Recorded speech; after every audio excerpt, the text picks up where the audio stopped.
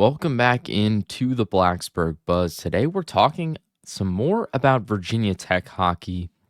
Being a broadcaster for the group, I'm very involved naturally with the team, and I get to see just about every game. I think I've been at every home game except maybe one, and they are having an incredible season.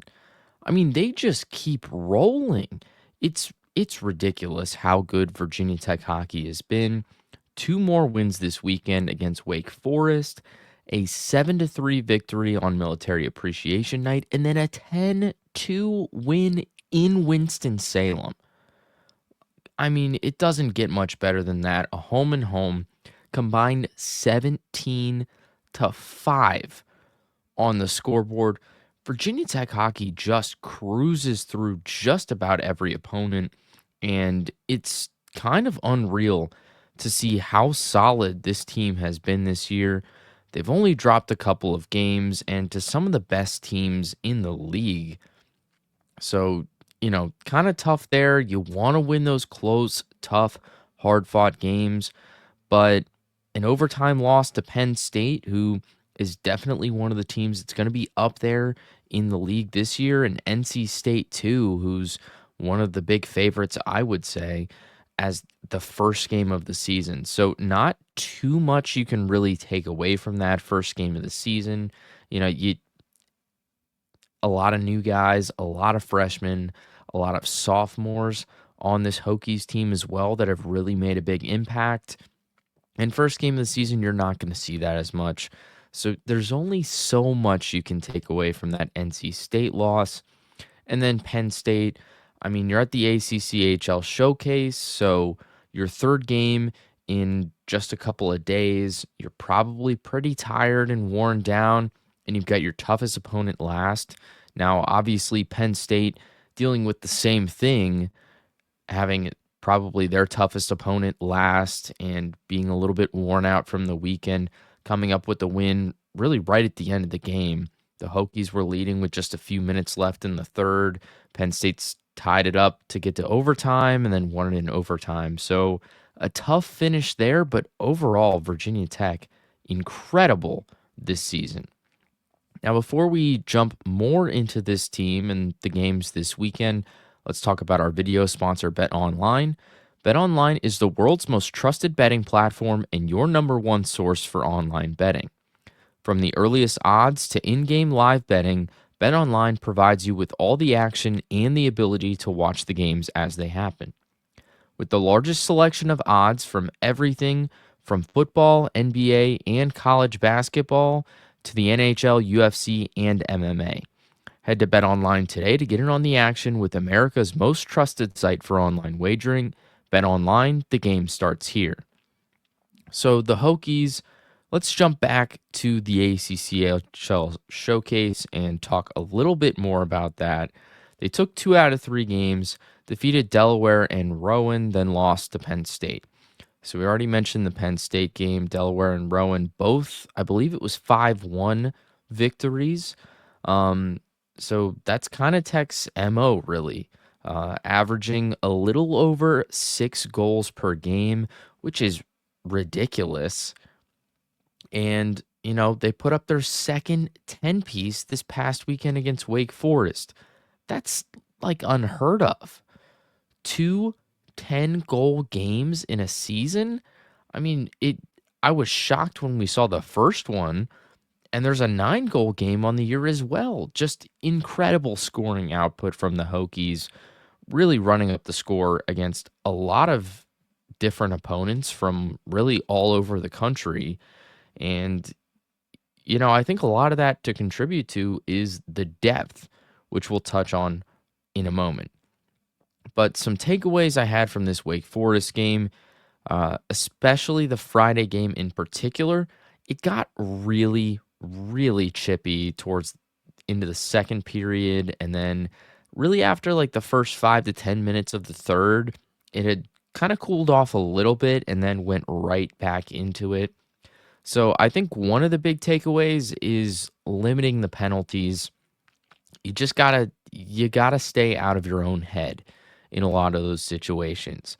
The Hokies They came up with the win, 4-goal margin, but still, there's always things you can take away from and improve upon in the next game. And I think while hockey is definitely a game where you can get a little bit more angry, you need some enforcers, and sometimes you just gotta go get a penalty. There are a lot of situations where sometimes you can benefit from just laying off for a little bit, staying back, and get into the other team's head in that way. Let them rack up a few penalties, and now you got the man advantage. So while I do see a lot of benefits in going after guys, and sometimes you do need to take a penalty just to take one, but you got to keep that limited, play it safe a little bit more. And sometimes you can end up with a couple of extra power plays, which can really be the difference in a close game. Just, staying within the rules, not pushing the boundaries, not getting sent to the box. It can make a big difference. Another note for the Hokies, which I saw on Friday, not really as much Saturday, where they clearly turned on the Jets.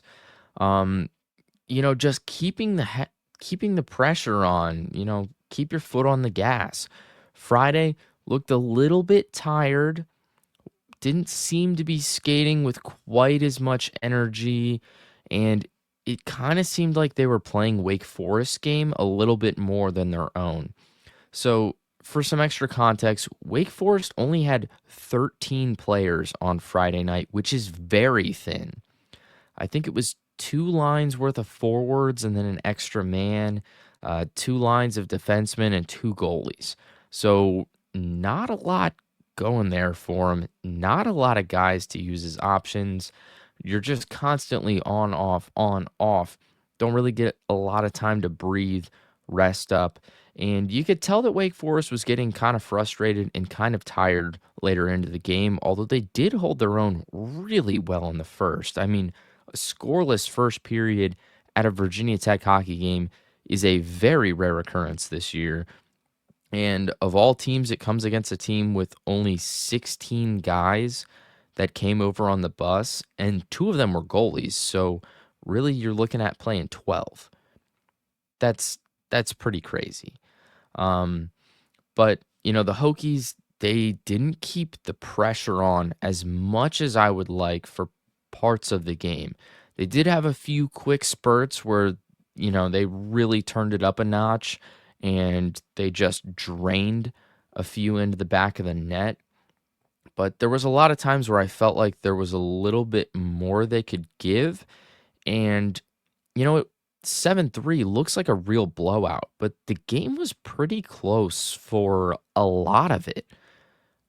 Tech scored a few, you know, towards the middle or late in the third, which really grew that lead, but it was pretty close for most of the game. So, really keeping the pressure on, I think, is an important thing. Clearly, they did that on Saturday, which is huge, but you can't let teams have an opportunity to work themselves back into it, especially when you're playing the best teams in the league. That's just not going to cut it. So, got the job done this weekend, but another thing that I think can be improved upon in the future. Now, talking about some of these players, I mean, it's amazing. Paduzzi and Kazai might be the craziest duo I've ever seen. They literally cannot be stopped. Number one and number two in the country in points. The Hokies have two absolute studs on the ice, and I think they got Paduzzi for one more year too, which is ridiculous. Already broke the Hokies' all-time points record. I mean, what other records is he going to go for with still a good chunk of this season left and then all of next year? It's going to be something to watch, let me tell you. If you're in Blacksburg when Hokies hockey is playing, I would show up because this is not the type of team you're going to see year after year after year. This is a special group. And Paduzzi and Kazai are really two humongous parts of it. Before Friday night's game, in total, 76 points between the pair.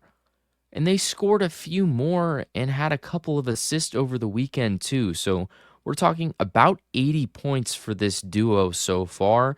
And we're about halfway through the season, still with playoffs to come. That's insane.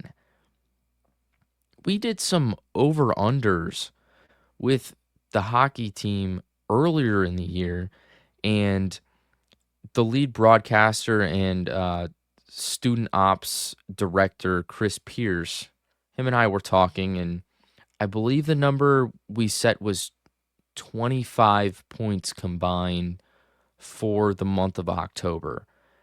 And look at where they're at now, midway through December. 80 points as a duo. That's ridiculous. That's like season numbers right there. And there's half of the year left. Very impressive stuff from them. But also what I think is so incredible about this team is the depth and the teamwork. Everyone in this group functions as a complete unit. There's no weak links, and it's so interchangeable, which is what's honestly the most shocking, I would say. I think everyone on the squad has recorded a point. There's at least 6 double-digit point scorers, and there's such a good blend of different talents and different types of players that work together so well. I don't know how Coach Mullen like got this group together and is able to craft them into such a great team, but it's ridiculous. You can switch any guy in the offense out with anyone else in the lineup or on the bench that day, and I don't think there's any drop off in play, period. The depth is just that good with this team. I legitimately think pretty much anyone on the third or fourth line could start on most teams in the ACCHL. That's how talented this group is. I think just about everyone on the team could start on many of the teams in the league.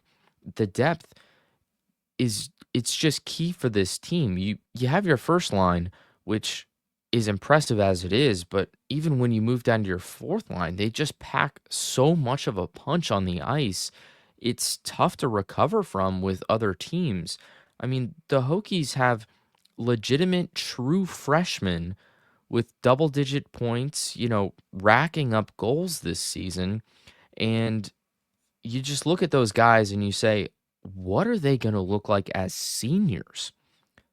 True freshmen are dominating with this group. They're going to be good for a couple years to come, and it's going to be something to see. A couple guys that have really stood out to me as well, outside of Paduzzi and Kazai, uh, Zach Stewart, Ethan Garlock, and Austin Hearn. They've been really good. 2 freshmen and 1 sophomore just burst onto the scene this year. I mean, Stewart, before this weekend, it's tough with stats because officially they're a club team. But before this past weekend, Zach Stewart had 12 points, 7 goals, and 5 assists. A lot of that came from a humongous weekend earlier in the season. He had 5 goals in 4 periods of play. That is pretty impressive stuff as a freshman. He's been a staple in the lineup this year, takes quality shots. He's getting Virginia Tech the lead and helping to grow that. So definitely a big part in this. Ethan Garlock as well, 22 points, 11 goals, 11 assists before this weekend. He had a 9-game goal streak that was snapped just the other week against Penn State.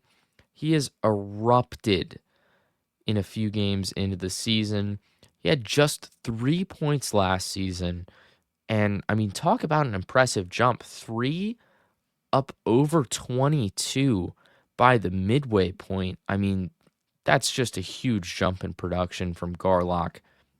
And then Austin Hearn, 14 points, 4 goals, 10 assists. He got really hot earlier in the year, and he has some impressive moves on the skates, let me tell you. He was dancing through some defenders on Friday night. I think he was able to get one in, if I remember correctly. There were quite a few goals, keep in mind, so it's kind of hard to keep the goal scorers straight sometimes, honestly.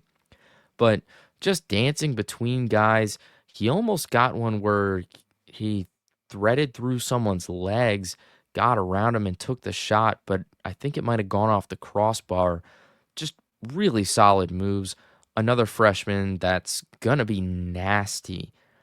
Already is nasty, but I can't wait to see him as a senior. There's not too many games coming up soon. There's a Friday, Saturday against Denison on December 6th and 7th. But with finals and winter break coming up, there's not too much going on the schedule until the outdoor game on January 4th in Charlotte against UNC. It's going to be awesome. UNC is a pretty solid team. They're not going to be easy to take down. 11-7-2 record. They're ranked 10th in the Southeast, just 4 places back from Virginia Tech, who's 6th in that ACHA M2 division of the Southeast region. So a great placing for the Hokies. UNC just a few spots back. And the environment at this game is going to be awesome. A lot of our media and marketing team is going to be there. Definitely grab some tickets and say hi because I think this is going to be the coolest game for Virginia Tech hockey ever. I mean, you've got an outdoor game in Charlotte. I haven't been, but I've heard a lot of great things about Charlotte, and I think it's a good place to have this game officially, UNC is the designated home team, but in some ways, sort of like a neutral site because you're not in Chapel Hill, you're not in Blacksburg. So it's cool to be in a different city, have that outdoor game, that unique experience. You're playing another talented team, and then they've got a couple games against UNC coming up shortly after that as well. So you're really getting your first look at these two groups playing against each other, and it's almost like a preview of a couple games that will happen. I think it's a week or two after that outdoor game. So, by those indoor games, these teams are going to be really familiar, especially that second indoor game, and it's going to be a good contest. I mean, you talk about a team that's, you know, playing their third consecutive game against the same opponent, you really get a feel for what the other group has to offer. You make a lot of adjustments, and I think that's going to be a huge coaching game because of the adjustments, right? You are familiar with the team, you know what they can do, and it's kind of up to how you adjust and game plan for that third game that I'm really excited about. But this outdoor game is going to be awesome. I would definitely recommend going. I'm going to be there. It's going to be sweet.